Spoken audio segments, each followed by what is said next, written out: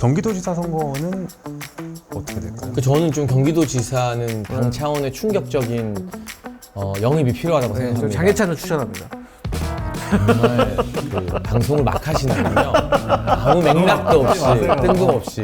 네. 이게 근데 우리가 막 조급하게 후보를 먼저 일찍 내세울 게 아니라 제발 민주당에서 추미애 대라 비나이다 하다가 추미애 되면 우리는 또 거기에 맞댈 수 있는 깜짝 대응 카드를 그럼 만약에 추미애 영입해야죠. 추미애 당선까지 되면 사과합니까?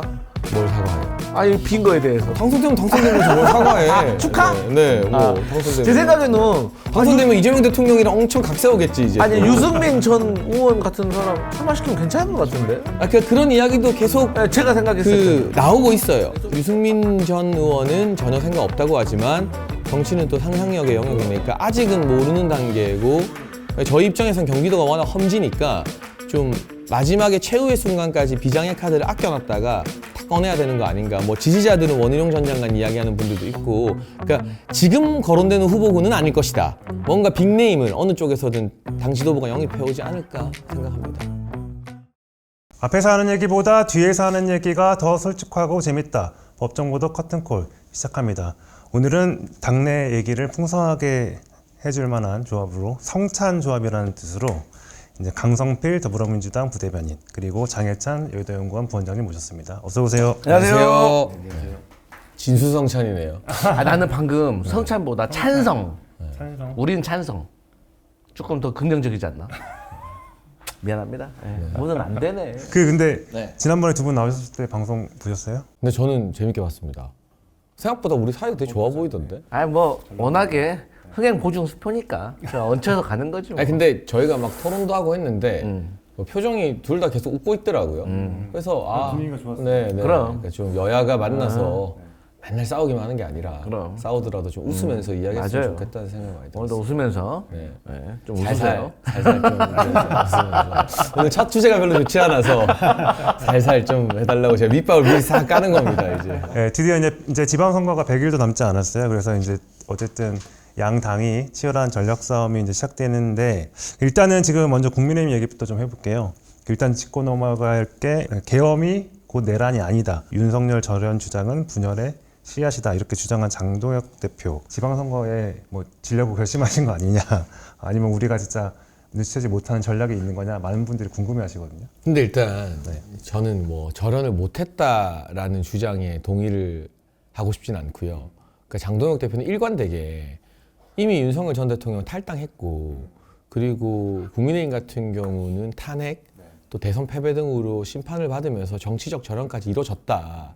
근데 이걸 몇 번이나 이야기를 해도 왜 이 단어 안 써? 왜 저 단어 안 써? 진정성 있는 거 맞아?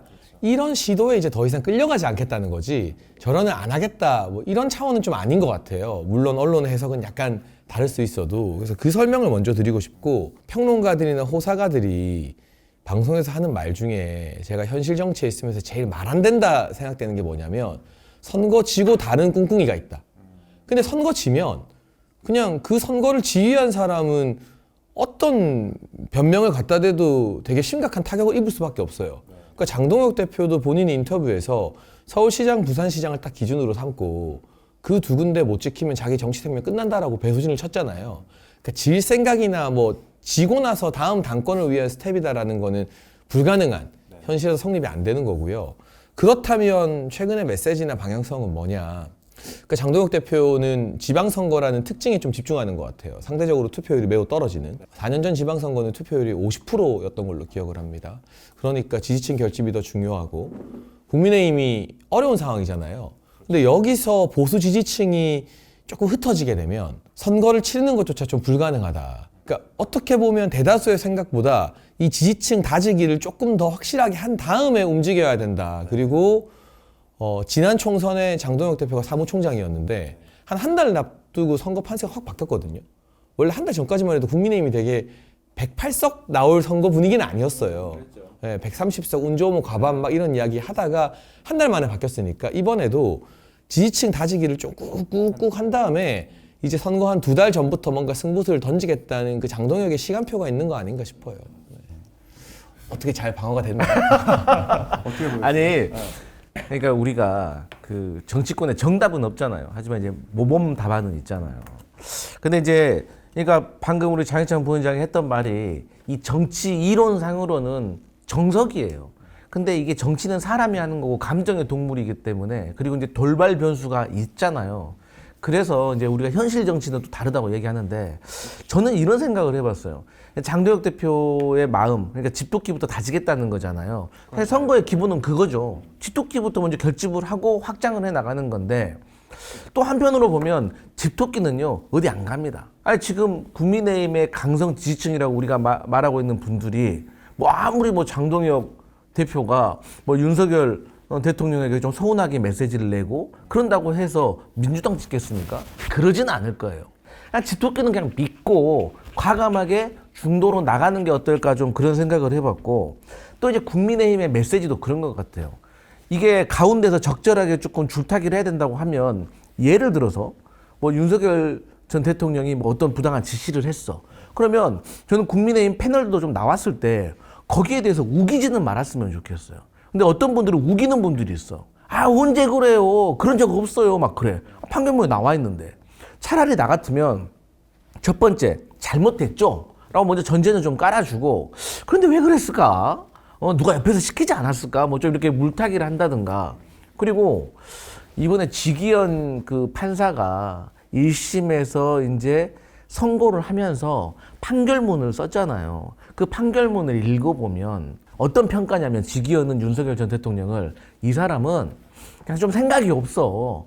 자기가 그냥 화나면 뭐 무슨 말이든 다 내뱉고 또 자기가 해놓은 말에 대해서 잘 기억도 못하고 이 사람이 이런 사람이야. 이제 이런 평가를 한 것 같더라고요. 그렇기 때문에 뭐 예를 들어서 장기 독재라든지 오래전부터 계획을 하지 않았다라고 좀 생각을 하는 것 같아요. 물론 거기에 대해서는 또 국민들의 평가가 있겠지만 그래서 저는 이제 지금 장동혁 대표가 이제 그 마음은 알지만 사실 결론부터 말씀드리면 그래도 그렇게 가면 안 된다. 선거에 조금 확장성을 좀 줘야 된다. 저는 그런 생각이 들어요. 근데 일단은 그러니까 민심을 많이 건드린 것 중에 하나가 일단 그날 이제 윤석열 전 대통령 이제 1심 나왔을 때 무죄 추정의 원칙 그 단어랑 그리고 이제 계엄이 곧 내란은 아니다 이렇게 발언한 것 때문에 뭔가 다들 좀 놀란 분위기였는데 근데 이제 원장님은 어떻게 저는 보셨어요? 강성필 우리 형님이 이야기하는 것처럼 그 중도 확장 그리고 정치 저관여층을 위한 어떤 방향 전환이 필요하다고 모두가 다 생각하잖아요. 야 그거 필요 없어라고 하는 사람 국민의힘에 아무도 없어요. 근데 그럼 언제 어느 때 어떤 방식으로의 방법론적 차이가 있는데 장동혁 대표의 어떤 시간표가 많은 언론들이나 주변 정치인들의 시간표와는 좀 다를 수 있지만 우리가 홍준표 대표 시절을 떠올려 보면 박근혜 전 대통령 탄핵 이후에는 10%대였거든요. 근데 지금 어쨌든 30%대에서 왔다 갔다 하잖아요. ARS 보면 30% 초반, 30% 후반. 정상적인 상태에서 국민의힘 민주당 붙는 게 아니라 거의 망한 집안 건사에서 일단 사람들이 안 떠나가고 이 보수가 4분 5열 안 하게 하는 게 더 중요하다는 관점을 당 대표로서 좀 더 비중 있게 생각을 하고 있는 것 같고 어느 시점에는 그게 3월이든 4월이든 좀 적극적으로 또 방향 전환을 할 준비가 그 장동혁의 시간표에 있을 것이다 라고 주변에 있는 사람들은 믿고 소통을 하고 있고요. 방금 말씀하신 무죄 추정의 원칙 그거 너무 나간 거 아니냐는 이야기도 있는데 한편 민주당은 물론 사건은 다릅니다만 대법원 파기환 송이 나왔다는 건 유죄 확정이잖아요. 나머지는 형량의 문제고 이재명 대통령 공직선거법은 사실상 유죄가 확정된 상태예요. 그럼에도 불구하고 무죄 추정의 원칙을 주장해서 대선 나오고 대통령이 되셨잖아요. 그 대신 덕분에 이제 2심을 딱 어거지로 중단시켜놨지만 그러니까 그런 심리가 또 보수층에 있는 것 같아요. 이렇게 민주당은 저렇게까지 3심 나온 것도 무죄 추정 원칙을 주장하면서 뻔뻔한데 우리가 지금 먼저 지지층이 분열될 수 있는 이슈에 섣부르게 한쪽 입장을 확 택할 필요가 있는가라는 고민이 또 국민의힘 내부에서 있는 거 아닌가. 근데 이게 결국에는 저도 이런 평론 되게 싫어하거든요. 민주당 너네도 그러잖아. 근데 뭐 그 초식을 안 쓰면 버틸 수가 없어. 그렇지. 근데 그 초식을 좀 쓰겠습니다. 그렇지. 뻔뻔해도 뭐 어떻게 마음껏 해. 어떻게. 그러니까 거기도 그러면서 거기는 그리고 원장님 생각과는 좀 달랐던 그 정 대표의 뭔가 발언이었다는 느낌이 오네요. 어떻게 보면은 센 메시지가 나올 줄 몰랐어요. 방향성에 대해서는 어느 정도 당내에서 좀 짐작이 있었지만 저희가 생각했던 것보다는 훨씬 더 세게 한판 붙어보자라는 정면 돌파였는데, 근데 어쨌든 참모들이나 당직자 개개인의 생각은 약간씩 달라도 당 대표가 깃발 꽂고 가면 또 참모들은 그걸 보좌해서 그 깃발 방향으로 나아가는 게 저는 정당 정치라고 생각해서 오늘 이렇게 열심히 하고 있는 거 아니겠습니까? 근데 우리는 표현의 자유가 없어.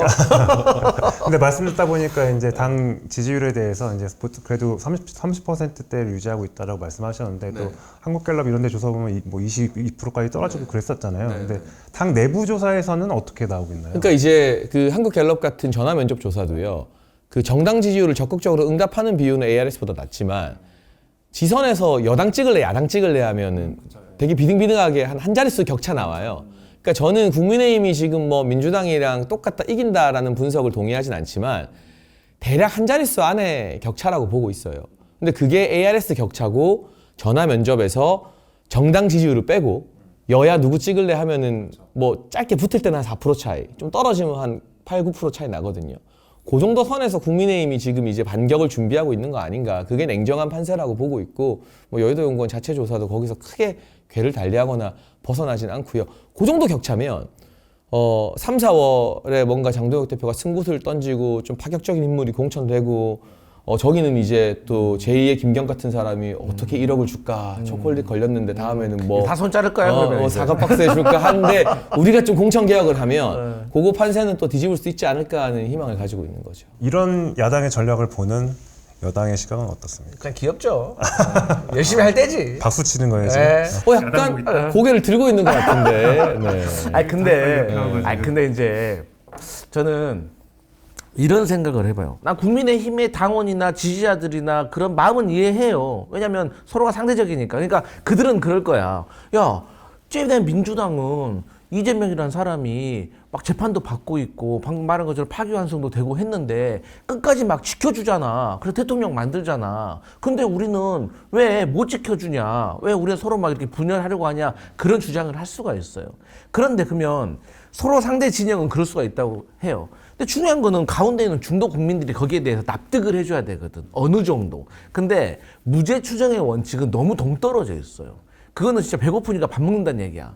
너무 좀 동떨어지기 때문에 공감을 받을 수가 없는 거고, 이 여론조사를 우리가 추이가 중요하다고 하는 이유 중에 하나가 뭐 갤럽 같은 경우 전화 면접이잖아요. 정치적 올바른 현상이라는 게 있어요. 여론조사 하게 보면. 그게 뭐냐면 이게 전화 면접으로 물어보면 이게 수치스럽고 샤이한 거에 대해서는 제대로 답변을 못 하는 거예요. 그러니까 갤럽에서는 낮게 나올 수가 있는 거지만 ARS 같은 경우는 우리 편이 마음에 들지 않더라도 묻지 마, 내 편이야 라고 찍을 수가 있는 거거든요. 그러니까 양심의 가책이 덜한 거거든요. 그래서 이제 ARS 방식과 전화조사 면접이 이제 다를 수가 있는데, 그래서 이제 우리가 추이를 보는 거잖아요. 그럼에도 불구하고 저는 최근에 장동혁 대표가 말했던 뭐 70몇 프로가 장동혁 대표를 지지하고 있다라는 것에 저는 표본이 저는 궁금해요. 샘플이. 오히려 국민의힘 당원들만 대상으로 한 건 아닐까. 만약에 그게 아니라고 하면은 저는 공개할 수도 있다고 생각을 해요. 그러면 오히려 장동혁 대표의 위상은 더 높아질 수도 있고 그 여론조사의 객관성을 더할 수가 있다고 생각을 하지. 그거는 제가 설명 조금만 드릴게요. 그게 나 지지율이 70몇 프로다라고 말한 게 아니라 잘하고 있다. 네. 그게 뭐냐면 복수의 여론조사에서 국민의힘 지지층을 대상으로 조사했을 때 윤석열 전 대통령 재판에 대해서 이 재판 결과가 좀 너무 과했다, 좀 부당하다라고 느끼거나 계엄을 막 찬양하고 계엄 잘했다는 게 아니라 이걸 그렇다고 내란으로까지 볼 수 있느냐, 거기에 아니라고 응답하는 게 지지층이 한 75%가 나온다는 거예요. 그럼 여기서 그와 다른 이야기를 했을 때 어렵게 모아놓은 지지층끼리 또 싸우고 분열될 수 있으니까 그럼 우리가 이 사람들도 추슬러서 같이 가야 되는 거 아니냐라는 이야기를 의총해서 한 거고, 본인 지지율 이야기를 이번 의총에서 하진 않았는데 그건 이제 한 달 전인가요? 뉴스토마토, 미디어토마토 여론조사에서 보면 국힘 지지층 대상으로 했을 때 장동혁 대표 계속 지지한다라는 응답이 한 79.9% 나왔거든요. 국민의힘 내부 여론조사가 아니라 미디어토마토에서 한 거니까 그건 어느 정도 사실이라고 생각합니다. 그런 걸 고려해가지고 어쨌든 비상계엄이 곧 내란은 아니다 이렇게 발언한 거군요, 결과적으로. 그렇죠. 그게 그런 이 오해가 되면 안 되는 게 비상계엄 잘했다는 메시지랑은 다른 거죠. 그건 이미 지난번 기자회견에서 장동혁 대표가 계엄이라는 수단은 잘못됐다라고 본인이 사과를 하지 않았습니까, 한번? 그리고 본인이 직접 계엄 해제 표결에 참석 생각한 사람이에요. 그러니까 이거를 이제 민주당은 몰아가서 그래서 너 또 개엄 옹호하는 거냐는데 그거랑은 또 결이 다르다라고. 근데 일각에서는 이제 보수 유튜버 이제 전환기 씨나 이제 고성국 씨한테 장동혁 대표가 뭔가 좀 이렇게 가스라이팅 당하는 거 아니냐 이런 지적도 나오는데. 근데 이것도 진짜 억울한 게요. 뭐가 억울해? 아니 거기 김호준, 매부쇼 최우, 뭐 이동영, 좋아. 사장 남천동 오창석 떨려. 거기에는 막 국무총리가 해외 순방 갔다 와서 막 보고하고 대통령 비서실장이 나가요. 윤석열 정부 때도 보수 유튜브 이야기 많았는데 고성국 TV에 윤석열 정부의 대통령실 실장이나 뭐 국무총리가 나갔습니까? 아니잖아요. 그냥 많이 본다더라만 가지고 3년 내내 난리를 쳤어요. 그러니까 이 기준이 저는 너무 편향돼 있다. 일단 그 항변을 좀 하고 싶고 이건 제가 명확히 아는데 이번에 장동혁 대표 기자회견문에도 윤석열 대통령을 팔해하지 마라. 그게 어떻게 보면 지금 전환기 씨는 그 장동혁 대표나 국민의힘을 많이 막 흔들고 있거든요. 그런 어떤 강성 유튜버에 대한 선긋기로 봐야 되는 거고요. 고성국 박사님 같은 경우는 저랑 방송도 같이 하고 그런데 이분이 아주 옛날부터 이 현실 정치 경험이 많기 때문에 당대표한테 직접 연락하거나 막 그런 걸 안 합니다, 정말로. 우리가 봤을 때는 김어준이나 이동형 막 자기들끼리 내전 일어나고 막 총리 부르고 하는 이 좌파 유튜브에 비해서 우리는 되게 오히려 개입을 안 하는데 언론에서 너무 지나치게 국민의힘만 보수 유튜버와 밀착하는 거 아니냐라고 좀 과잉해서 해석하는 거 아닌가 하는 억울함이 좀 있어요. 아니 근데 언론에서도 똑같이 지적해요. 아니 그러니까 이게 똑같은 것 같아. 우리는 우리한테만 뭐라고 한다고 막 이렇게 불만인 거고 방금 들어보면 뭐 자기네들만 뭐라고 한다고. 우린 하는데. 총리가 안 나간다고. 근데 뭐 무슨 차이냐? 그게 그러니까 패착이 뭐냐면 고성국 씨가 그러니까 밖에 있었으면 되는 거예요. 나는 왜 도대체 국민의힘 안으로 들어온 건지 난 이해할 수가 없어요. 아, 그럼 김재원 최고가 이 당원 명부 들고 오니까 입당 원서 들고 그럼 오니까. 징계해야지. 징계해야지 그러면. 징계가 유행인데. 아니 보세요. 어쨌든 우리는 김어준, 이동형, 뭐 최욱은 당원이 아니고 밖에 있는 플레이어잖아요. 근데 당원은 좀 다른 얘기란 말이에요. 이게 저도 사실 우리 평론하는 사람들도 당직자하고 당원하고 무소속하고 내용이 다르잖아요. 말할 수 있는 표현의 자유가 틀리잖아요. 그렇죠. 예, 그렇기 때문에 저는 고성국 박사 같은 경우는 당원으로 들어오는 게 좀 패착이었다고 봐요. 저도 사실 개인적으로는 공직자가 고위공직자가 그것도 유튜브 방송에 나오는 거에 대해서 조금 거부감이 있어요. 나는 왜 거부감이 있냐면 차별하는 게 아니라 이게 어쨌든 레거시 미디어 같은 경우는 형식이라는 게 있고 조율이라는 게 있고 방송통신심의라는 것이 있고 어쨌든 폼이라는 게 있잖아요. 근데 유튜브 같은 경우는 어쨌든 나오게 되면 사람들은 더 많이 볼 수는 있겠지, 파급력은 있겠지만 이게 너무 좀 자유분방한 면이 있어가지고 실수를 하게 될 수 있고 정제되지 않은 말이 나올 수가 있고 어차피 뭐 총리 정도가 나오면 다 널리 퍼지게 되어 있거든요. 그래서 저는 이렇게 또 서로 계파 간에 조금 다툼이 있다고 오해받을 수 있는 유튜브에는 저는 좀 개인적으로는 고위공직자가 안 나왔으면 좋겠어요. 지금 기사 하나 나왔네요. 민주당 강성필, 김민석 유튜브 출연 매우 부적정. 그 앞에 내가 있었어. 그 한동훈 전 대표가 이제 당 대표를 향해서 이제 윤석열 세력 숙주다 이런 표현도 했었어요. 아 근데 그러니까 이 장동혁 대표의 기자회견에 대해서 이렇게 반발을 하거나 비판을 할 수는 있죠. 그건 각자의 생각의 자유니까. 근데 이제 한 전 대표는 뭔가 윤석열 전 대통령을 언급 안 하면 본인의 컨텐츠가 없는가라는 생각이 많이 들어요. 그러니까 자신이 내세우는 게 나 개헌 반대했다, 윤석열 전 대통령과 맞서 싸웠다인데 사실은 또 이준석 대표도 자주 말하지만 윤석열 전 대통령 덕을 제일 많이 본 정치인이기도 하잖아요. 그러니까 아무리 안티 윤석열을 해도 본질적으로 근데 윤석열 퀴즈, 윤석열 황태자 한 명 꼽으라면 한동훈이잖아가 되니까 이게 그럼 자기의 어떤 다른 컨텐츠를 지금 좀 빨리 찾아야 된다. 한 달 동안 이분이 어떻게 보면은 계속 그 토크 콘서트 한 쇼츠만 올리시다가 오랜만에 낸 정치적 메시지가 또 윤석열 운운이거든요. 이 메시지가 뭐 옳다 그르다는 제가 말하는 게 의미가 없죠. 그건 보는 분들이 판단하는 건데 모든 메시지가 아직까지도 이제 윤석열 전 대통령의 안티테제에만 머물러 있는 게 아니라 그래서 한동훈의 정치는 뭐냐 뭐 그게 없잖아요. 그러니까 또 이 이야기 또 하네라는 느낌인 거죠. 그래도 어제 오늘은 그 엘리엇 소송, 네. ISD 그 얘기도 많이 하시더라고요. 그 자기 또 소송 잘했다. 네. 그러니까 그럼 변호사를 하세요. 어디 기변장에 취업을 하시든가. 저는 최근에 흥미로운 칼럼을 읽었는데 다 좋습니다. 한동훈 전 대표 다 좋다 이거예요. 근데 저는 한동훈 전 대표가 얘기하는 말 중에 가장 거슬리는 게 자꾸 진짜 보수란 얘기를 해요.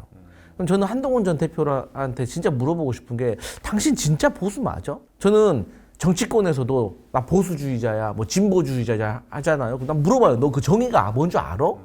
이게 정치적으로 의미가 있는 것이고 정책적으로 의미가 있는 것이고 속도의 시간의 차이가 있는 건데 저는 한동훈 전 대표가 아니 정치권에 들어온 지 얼마 안 됐잖아요. 그런 사람이 내가 정말 보수의 적통이다, 진짜 보수주의자다라고 말을 하는 게 좀 저는 어색해요, 솔직히. 또 최근에 벼락출세라는 말이 나왔잖아요. 그러니까 윤석열 전 대통령, 한동훈 전 대표, 장동혁 대표 어떻게 보면 세 명의 공통점이 다 벼락출세예요. 그런데 벼락출세 한 사람이 마치 보수주의에서 정말 오랫동안 고민했던 것처럼 막 제가 사랑하는 뭐 국민의힘, 전 그런 말 들으면 전 좀 감정이 좀 어색해요. 그러니까 장동혁 대표도 한동훈 전 대표 징계 국면에서 조심했던 게 본인이 직접 한 전 대표 언급을 거의 안 하려 했어요. 보수적인 국민들과 당원들이 지켜보고 있는데 포문이 자꾸 당 내로 향하면 안 좋거든요. 근데 이제 그런 역할은 제가 했죠. 막 친한기랑 싸우고 막 이런 것들은. 전 이미 베린 몸이니까. 어차피 갈 때까지 갔으니까. 근데 이제 정치 지도자는, 야당의 지도자는 여당, 대통령과 얼마나 잘 싸우느냐, 포문을 거기에 여느냐에 초점을 맞춰야 되거든요. 근데 어쨌든 친한계 징계 국면이 이제 좀 일단락이 됐고, 장동혁 대표 같은 경우는 지금 우리가 그 기자회견 이야기도 하지만 설에 주목받았던 게 어쨌든 이재명 대통령이랑 그 부동산 가지고 SNS 설전 왔다 갔다 한 게 장 대표 입장에서는 되게 큰 수확이었거든요. 한 전 대표도 지금 또 포문이 어쨌든 당내로 향해 있어요. 근데 본인의 입장은 당에서 제명당하고 하니까 이 당에서 회복하는 게 중요할 수도 있지만, 근데 당에서 장동혁 상대로 장동혁 비판 잘하고 이미 1심 무기징역 선고받은 윤석열 전 대통령 이제 와서 또 때린다고 이 보수의 당원들이 인정하는 게 아니라, 그럴수록 지금 장동혁 대표가 하는 것처럼 포문을 민주당 쪽으로 옮겨가야 된다. 근데 그게 안 되고 당내에서 막 이렇게 하면 그 이겨도 상처가 많이 남고, 그런 거는 그 지도자가 아니라 그 밑에 있는 사람들, 행동대장, 돌격대장 이런 사람들이 해야 되는 거죠, 사실은. 근데 그 돌격대장들이 제가 봤을 때는 그러니까 이런 것 같아요. 이게 정치인에게 자질이고 품성이거든요. 제가 정치권에 있으면서 많은 정치인들을 보면, 지도자급들을 보면 어떤 지도자는 스텝이 됐든 측근이 됐든 말을 같이 섞고 들어주는 분이 있고, 야 내가 잘하니까 너 시키는 것만 잘해, 이런 스타일이 있어요. 근데 저는 한동훈 전 대표가 이게 형성되어가는 과정이라고 생각하는데, 저는 측근과 스텝들의 조언을 좀 들었으면 좋겠어요. 27일 날 대구 가잖아요. 대구 가고 이제 전국으로 이제 순회 다니신다고 하는데 이거는 어떤 전략이라고 보세요? 근데 저는 정치를 머리로 하는 게 아니라 가슴으로 한다는 말을 선배들이 많이 하잖아요. 대구 갔다가 또 부산 간대요. 그럼 이게 어떻게 보이냐면, 대구에 자리 안 나나? 아, 부산에도 전재수 나오면 자리 날 것 같은데? 그러니까 간 보는 것처럼 느껴져요. 그러니까 이맘때쯤이면 출마를 할 건지 말 건지는 일찍 밝혔어야 되고, 출마를 할 거면 보궐 자리가 어디가 나든, 저는 대구에서 보수의 심장에서 인정받겠습니다를 하든, 부산에서부터 동남풍을 일으키겠습니다를 하든, 이게 나와야 언론도 관심을 가지고 와 진짜 세게 붙나 보다. 그러니까 이준석 모델이 성공했던 건 동탄이라는 누가 봐도 안 될 것 같은데 출사표 던지고 뛰어드니까 이제 이 빌드업이 되고 이슈가 됐던 건데, 한 전 대표는 너무 똑똑한 분이죠. 근데 너무 똑똑한 분들의 특징이 정답 나올 때까지 계산기 두드린다는데, 정치는 악수를 들 수 있죠. 정치는 그렇게 시험 치듯이 막 그 변수를 줄여가는 과정은 아니잖아요. 변수에 몸을 던졌을 때 또 다른 변수가 발생하면서 드라마가 만들어지는 게 정치잖아요. 거기에 국민들이 감동하는 거고. 근데 지금은 대구 가서 대구 출마 이야기할 거 아니잖아요. 그리고 또 부산 간대잖아요. 그러면 대구 시민과 부산 시민 입장에서는 우리한테 온다는 거예요? 아니면 대구로 간다는 거예요? 부산을 간다는 거예요? 뭐 어디를 나오겠다는 거야? 이런 간 보는 거 아니야? 라는, 그러니까 서문시장에서 뭐 환영을 받고 안 받고는 나중 문제고, 저는 되든 안 되든 할 거면 출사표를 좀 빨리 던질 필요가 있다고 봐요. 근데 제 말을 안 들을 걸 아니까 제가 편하게 말을 하는 겁니다. 네.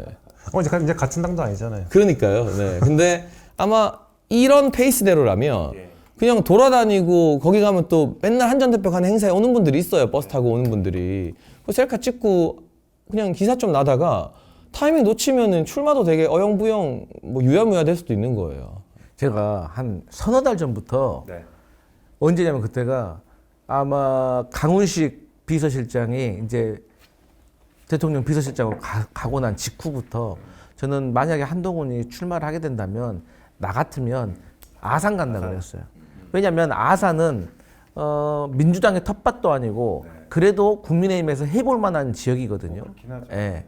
그리고 선거라는 거는 자기 주도적으로 판을 이끌어갈 수 있을 때 더 유리한 국면이 열리는 거고 본인이 충남 아산에 빨리 내려가 가지고 밭을 갈고 있으면 그 판은 한동훈 중심으로 짜지게 되어 있어요. 국민의힘에서 나중에 그러면 한동훈 이미 나간다고 했는데 여기에 우리 후보를 내야 되냐 말아야 되냐 이런 여러 가지 고민이 있기 때문에 오히려 판을 본인이 주도할 수가 있어요. 하지만 장혜찬 부장 말했듯이 사람의 성격이라든가 정치를 오랫동안 해오지 않는 사람으로서는 이게 쉬운 건 아니에요. 그렇기 때문에 지금까지 온 건데 그러면 지금 제가 봤을 때는 대구 가고 부산 간다? 제가 그냥 간보러 가는 거예요. 근데 대구를 가는 거는 또 하나의 의미가 있겠죠. 최근에 장동혁 대표가 대구 서울시장 갔는데 좀 별로 사람 안 모였다더라. 내가 가면 달라. 이걸 보여주고 싶은 것 같아. 근데 저는 그런 걸 버려야 되는 거예요. 한동훈 전 대표는 그런 걸 버려야 돼. 당장은 달콤하고 화려해 보이지만 남는 거 하나도 없고 결국은 정치를 길게 봤을 때 그게 지지자들에게 과연 좋은 평가를 받을 수 있느냐? 저는 그거 아니라고 보거든요. 그래서 저는 김근식 교수님하고 뜻을 똑같이 했던 게 나 같으면 유학 간다는 거예요. 그러면은 언젠가는 우리 한동훈이 와주세요라고 하거든. 근데 그리고 떨어져 있으면 이런 오해도 안 받고 그냥 배신자 프레임도 없어. 그런데 이것을 못 버리는 거예요. 잊혀질까 봐. 그래서 결국에는 저는 대구도 출마할 수 있는 가능성이 매우 낮은 게 제가 장담하건대 대구와 경북이 통합되잖아요. 네. 통합되면 이철우 경북지사 아니면 이진숙 전 방통위원장이 저는 거기 국민의힘 후보가 된다고 봅니다. 그러면 국회의원 재보궐 없어요. 부산 전재수 의원 지역구 열릴 수도 있겠죠. 근데 과연 거기에서 한동훈 전 대표가 쉽지 않을 것 같다고 봐요. 삼자구도에서. 네.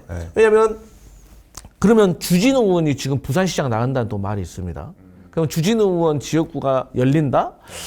저는 그것은 한동훈 전 대표에겐 좋겠지만 주진우 의원 개인에게 그 될까? 아니 나가서 지금 승산이 있으면 모르겠지만 질 수도 있는데 국회의원 한 지 얼마 되지도 않았는데 바로 백수됐는데 그래서 저는 오히려 신동욱 의원 같은 경우도 서울시장 출마하려고 했다가 저는 제가 지도부라면 바로 말립니다. 왜? 잘못해가지고 그 의석에 만약에 한동훈이 나갈 수도 있거든요. 그러면 묘해지거든. 정당은요, 만만하지가 않습니다. 어쨌든 이 보수정당 국민의힘도 오랫동안 있기 때문에 전략이라는 게 있어서 개인 한 명의 머리를 정당을 상대하기가 쉽지가 않아요. 그래서 저는 지금 이 상황에서는 한동훈 전 대표가 그나마 평타의 성적표를 받을 수 있는 계약 나가는 거. 어차피 뭐 국민의힘에서도 뭐 딱히 후보가 없을 것이고 또 어쨌든 그 정도면 또 출마를 했다는 뭔가를 던졌다는 뭐 그런 것도 보여줄 수 있는 거기 때문에 실패잖아. 이미 그러니까 이것도 안 할 거야. 개항의 개짜만 꺼내도 막 안할 거야. 정성국 의원, 박정훈 이런 사람들 거품 물잖아 막. 그래서 이런 거에 여러 가지 구설수에 몰리니 빨리 유학 가셔라. 가서 이 정치 지도자로서 하나의 아젠다를 잡으라 이거예요. 그거 공부하면 좋잖아요. 잊혀지는 것도 엄청 용기가 필요해요. 네, 시대가 나를 다시 부를 거라는 자신감이 있어야 되는데 생각해보면 선거 지고 해외 나갔던 정치인들이 되게 용기 있는 거예요. 어떻게 보면. 그게 우리는 삼자니까 편하게 또 말할 수 있는데 그렇죠.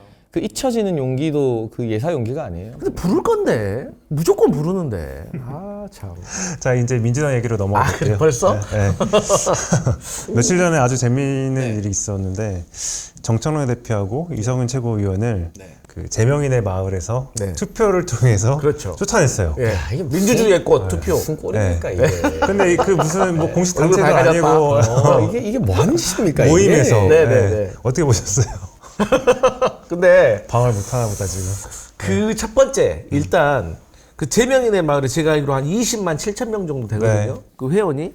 근데 그 중에서 1,200명 또 그 중에서도 1,000명이 어느 정도의 대표성을 가질 수가 있느냐. 또 민주당 권리당원이 160만 명 정도 되는데 160만 명 중에서 이 1,000명이 어느 정도의 의사를 대표할 수 있느냐에 대해서 봤을 때는 저는 작다고 봐요. 하지만 이게 저는 전초전이라고 봐요. 이게 우리 요즘 최근에 말하는 뉴 이재명 현상의 하나라고 보거든요. 기존의 민주당의 지지자나 당원이 아니라 이재명 대통령을 대선 때 선택하지 않았던 사람들이 이제 이재명 대통령이 대통령 된 다음에 효능감을 보고 이재명을 지지하기로 한 사람. 결과적으로는 우리 진영의 확장성에 있어서는 좋은 건데 이 확장성이 저는 앞으로 다가오는 이 전당대회에서 상당히 큰 파장으로 다가오는 전초전이라고 봐요. 근데 뭐 딴 거 다 떠나서 정권 1년 차인데 당대표 측 지지층과 대통령 지지층이 이렇게 감정골이 깊어지는 거는 윤석열 정부 때도 없었거든요. 보기 드문 현상이죠. 진짜. 우리 뭐 친윤 친한 막 유난 갈등 세게 붙었을 때는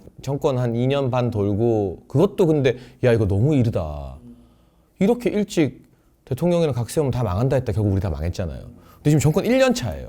저는 이게 민주당의 정치 구력이 있으니까 지방선거 전에 꽝 하고 폭발하진 않겠지만 지선 얼레벌레 넘어가면 9월 전대 때 결국 또 김민석 총리 차출되면 진짜 세게 붙고 그 내전의 어떤 상처가 오래 남을 거라고 보는데 상징적이잖아요. 대통령 팬클럽이 현직 당대표를 강퇴시켰다.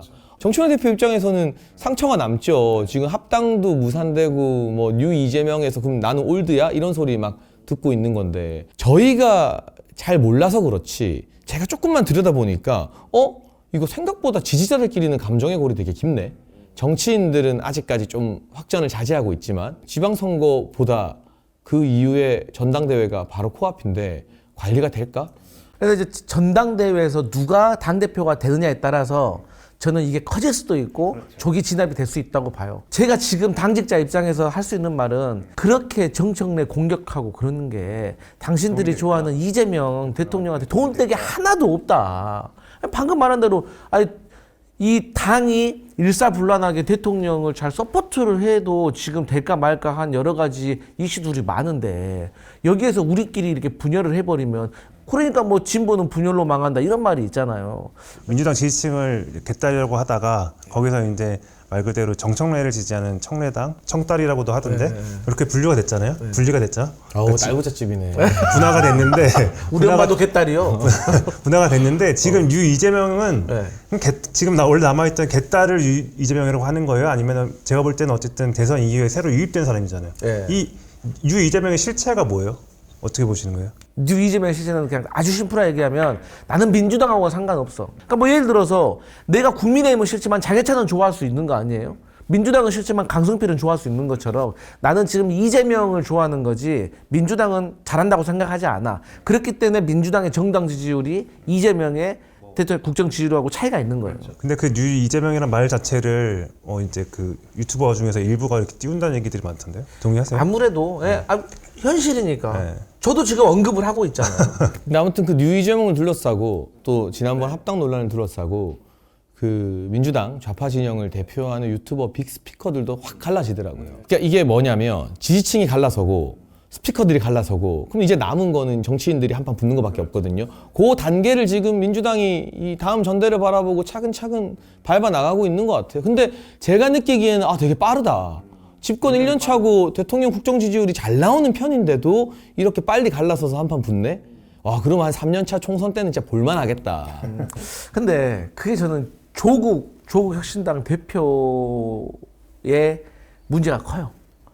그러니까 조국 잘못이다. 조국의 잘못이 아니라 조국이라는 존재가 그래서 이 진보 진영 내에서는 호불호가 너무 강해요. 그러니까 어떤 사람은 조국을 되게 좋아하고 억울하다라고 생각을 하는 반면 또 어떤 사람은 조국에 대해서 거부감이 있어요. 근데 이 와중에서 왜 유시민 작가는 이렇게 갑자기 등판을 해가지고 갑자기 이렇게 목소리를 내는 걸까요? 그러니까 원래 정청래 대표랑 이렇게 친한 사이도 아닌데. 그래서 제가 조국을 얘기하는 거예요.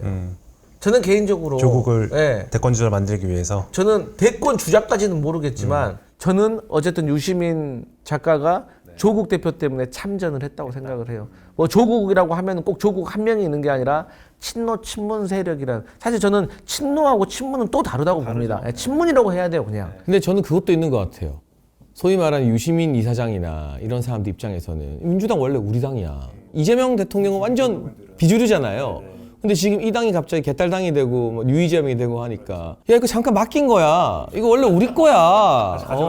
그 기회를 이번 합당을 통해서 포착했는데 그게 어쨌든 무산이 되니까 짜증이 많이 나 있고 이건 결국은 권력이라는 거를 양분할 수 없는데 대통령은 당선된 순간 과거 권력이 점점 되는 거거든요.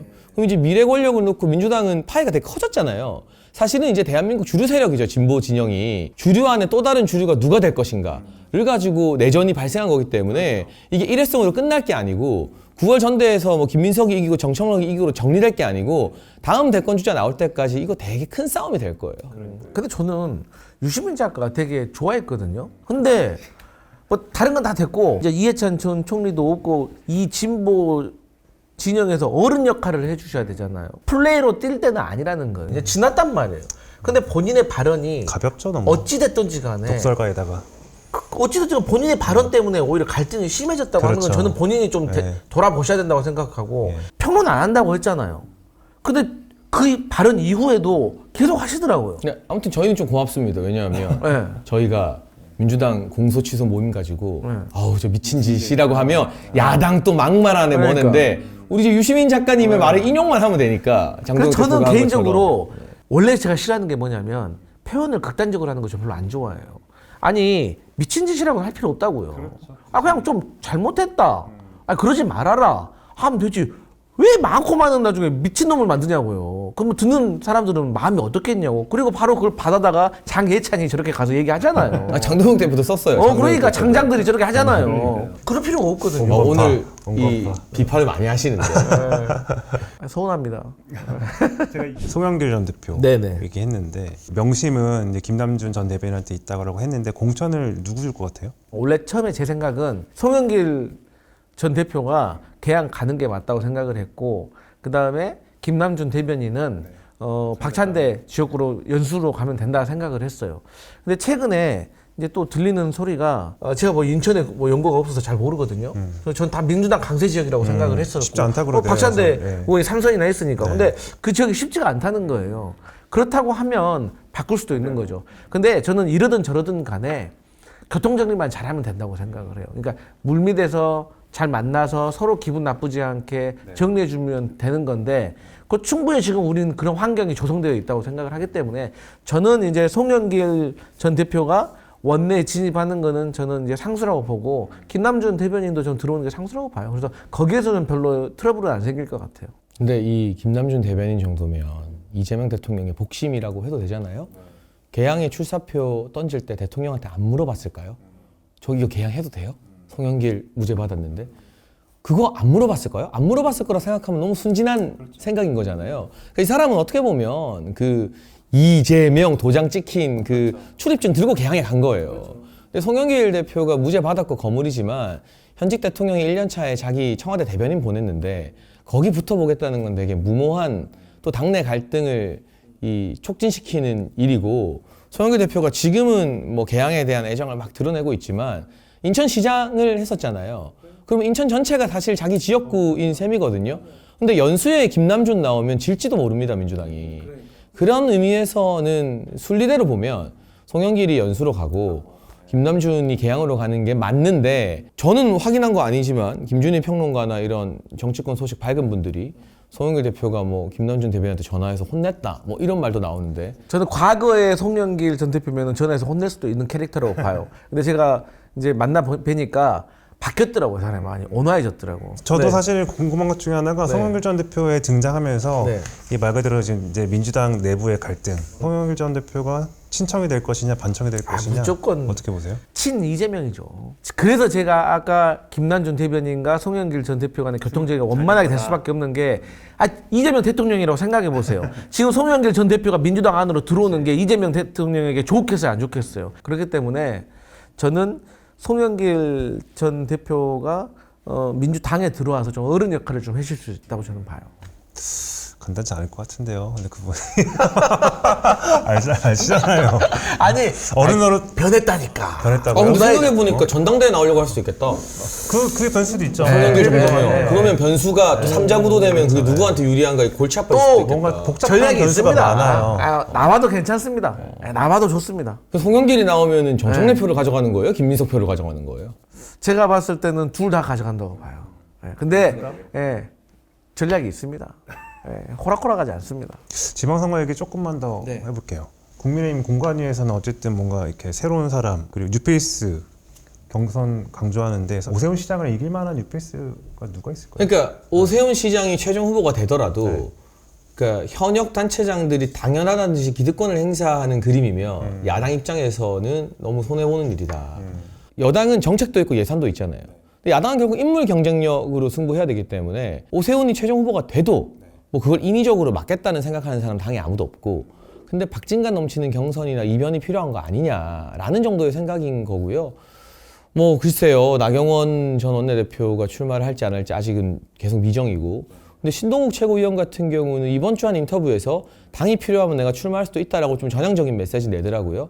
그러니까 출마한다고 다 후보가 되는 건 아니거든요. 근데 그 경선 레이스 자체에서 정치인의 체급이 커지기도 하니까 저는 서울에서는 좀 더 많은 인물들이 도전을 했으면 좋겠어요. 그리고 한 가지 아쉬운 게, 제가 어쨌든 비교적 젊은 아직 30대 끄트머리 정치인으로서 서울의 김재섭 의원 같은 분들도 소장파로 당에 쓴소리 많이 하는데, 쓴소리만 하는 게 아니라 본인이 한번 전대에도 계속 나오라 하는데 안 나오잖아요. 이럴 때 한번 뛰어서 내가 당원과 시민들한테 어느 정도 지지받는지도 확인하고, 불쏘시개가 될 수도 있어. 당권파에만 나오는 게 아니라 소위 말하는 소장파에서도 좀 나오고, 이래서 경선이 좀 박진감이 넘쳐야 된다. 예. 그러니까 국민의힘 국회의원들이 평론만 하는 정치 그만하고 본인이 좀 뛰어야 된다라는 말을 하고 싶어요. 근데 제가 최근 듣는 소리에 따르면, 그리고 제가 좀 봐도 뭐 이정현 공관위원장 이분도 오세훈 이름값만 뭐 안 된다라고 하고, 고성국 박사도 뭐 대놓고 이제 안 좋은 소리 하고, 또 제가 듣기로는 뭐 평가도 별로 안 좋다고 하더라고요. 내부적으로 뭐 단체장들끼리 뭐 평가가 있나 보죠. 저는 그 오세훈 서울시장에 대해서 당내에서 저는 평가가 안 좋다라고 보는 느껴져요. 장동혁 대표가 싫어하잖아요. 아, 그래요? 그래서 그런 거 아니에요? 그래서 오세훈 시장이 장동혁 대표 싫어하는 거 아니에요? 둘 다 싫어해. 결론은 둘 다 싫어해. 그렇기 때문에 불쏘시개 역할을 하던 분들이 저는 또 선수 교체가 될 수도 있겠다라고 생각하고, 최근에 장동혁 대표 메시지 세더라고요. 뭐 5선한 시장이 있겠냐, 뭐 이런 말씀 하시는 거 보면 또 안철수 의원이 저는 또 생각이 있다고 들은 것 같아요. 사실 신동욱 이런 분은 이름값 올리려고 체급 키우려고 나오지만 실제로는 마음 없을 거예요. 아니, 본선에서 떨어지면 어쩌려고. 나경원 의원도 본인 생각이 다를 거예요. 이분은 또 후보가 될 수도 있거든요. 까딱하면 잘못하면. 그러면 또 뺏지만 날아갈 수고. 그 때문에 저는 실제 복병은 안철수다라고 봅니다. 경기도지사 선거는 어떻게 될까요? 저는 좀 경기도지사는 당 차원의 충격적인 영입이 필요하다고 저 생각합니다. 장해찬을 추천합니다. 아, 정말 그 방송을 막 하시는군요. 아무 맥락도 없이, 뜬금없이. 네. 근데 기억, 미음, 시옷이 나온다는 얘기가 돈다는데 김문수, 김민수, 그분은 김문수예요, 김민수예요. 그러니까요. 김민수 최고는 제가 봤을 때 안철수 의원이 서울시장 가면 거기 국회의원 재보고를 간다. 그러니까 제가 생각할 때도 김민수 최고위원은 원내 진입이 목적이지 뭐 광역에 먼저 도전하지는 않을 것 같고요. 김문수 전 후보도 한때는 좀 고려했다고 들었어요. 근데 지금 현실적으로 좀 어려운 거 아니냐는 이야기가 나오고 있고, 지금 현재 출사표를 던진 분들이 있지만 경기도가 워낙 어려운 지역이지만 여기서 얼마나 선전하느냐가 서울이나 다른 선거에도 영향을 많이 끼치기 때문에, 이게 근데 우리가 막 조급하게 후보를 먼저 일찍 내세울 게 아니라 제발 민주당에서 추미애 대라 비나이다 하다가 추미애 되면 우리는 또 거기에 맞댈 수 있는 깜짝 대응 카드를 만약에 추미애 영입해야죠. 추미애 당선까지 되면 사과합니까? 뭘 사과해요? 아니 빈 거에 대해서. 당선되면 당선되면 뭘 사과해? 축하? 네, 뭐 당선되면. 제 생각에는 당선되면 이재명 대통령이랑 엄청 각세우겠지 이제. 아니 또. 유승민 전 의원 같은 사람 출마시키면 괜찮을 것 같은데. 그런 이야기도 계속 네, 제가 생각했을 때는. 나오고 있어요. 유승민 전 의원은 전혀 생각 없다고 하지만 정치는 또 상상력의 영역이니까 아직은 모르는 단계고, 저희 입장에선 경기도가 워낙 험지니까 좀 마지막에 최후의 순간까지 비장의 카드를 아껴놨다가 다 꺼내야 되는 거 아닌가. 뭐 지지자들은 원희룡 전 장관 이야기하는 분들도 있고, 그러니까 지금 거론되는 후보군은 아닐 것이다. 뭔가 빅네임을 어느 쪽에서든 당 지도부가 영입해오지 않을까 생각합니다. 대구는 만약에 김부겸 전 총리가 나온다 하더라도 수성이 가능하시죠. 근데 그럼요. 그거는 뭐. 저는 서울 부산도 저희가 진다는 생각 안 합니다. 이긴다고 봅니다. 그러면 마지막으로 두 분에게 여쭤볼게, 통합 이슈가 있지만 아직 모르니까 17개로 봤을 때 몇 대 몇으로 보세요? 강부대님 배우님 먼저. 뭐 한번 17대 0 해보세요. 뭐 한번. 아이 뭐 그러면 안 고개 돼요. 엄청 들고 계신데. 10 한번 저는 대구 경북 정도 빼고는 저희가 이 정도 분위기면 저희가 수성해야 돼. 가져와 15대 2. 15대 2 정도는 해야 된다. 진짜 그 땅을 보면서 제가 고개 얘기했습니다. 빳빳하게 들고 있다 정말. 15대 2 정도 제가 국민 여러분 제가 부탁드립니다. 예. 낮은 자세로 저는 원장님은? 몇 대 몇 전망보다는 마지노선은 6이다. 6이다. 그 6이 뭐냐? 영남 5개와 서울. 영남 5개는 이제 부산 들어가는 거고요. 부산을 지키면 자연스럽게 경남, 울산, 대구, 경북은 수성하는 거고 부산이 관문이잖아요. 그리고 서울. 그러니까 이 6이 국민의힘의 마지노선이다. 적어도 이 6을 지키면 어려운 가운데 정권 1년 차에 선방했다라는 평가를 받을 거고 6이 무너지면 이제 아무리 어려운 상황이라도 뭐 6이 무너진 데 대한 정치적 책임을 또 가리기 위해서 당이 또 시끄러울 거고 그래서 저희의 마지노선은 6이라고 생각합니다. 아 그럼 만약에 6이 무너지면 장동혁 대표 사퇴합니까? 그러니까 당원들은 그래도 사퇴하지 말라는 여론이 높을 건데 재신임 투표를 하면 뭐 저는 사퇴 반대가 높을 거라고 봐요. 근데 장동혁 대표 스스로가 인터뷰에서 서울, 부산에 내 정치 생명 걸렸다라고 했기 때문에 저는 6은 지킨다고 생각합니다. 그래요. 그 말을 어쨌든 장동혁 대표가 지킬 거라고 보시는 거죠. 성적표가 안 좋으면 어쨌든 사퇴한다. 성적표가 안 좋은데 그 기준이 저는 서울, 부산이라고 보는데 제가 뭐 이 결과를 예단해서 안 좋을 때 어떻게 될 거다 예상하는 건 적절치 않지만 6이라는 숫자가 국민의힘에겐 굉장히 중요하다. 알겠습니다. 하여튼 저희도 잘 지켜보고 있겠습니다. 마무리할게요. 자, 오늘 커트콜은 여기까지입니다. 좋아요, 댓글, 구독, 알림 설정 부탁드립니다. 감사합니다.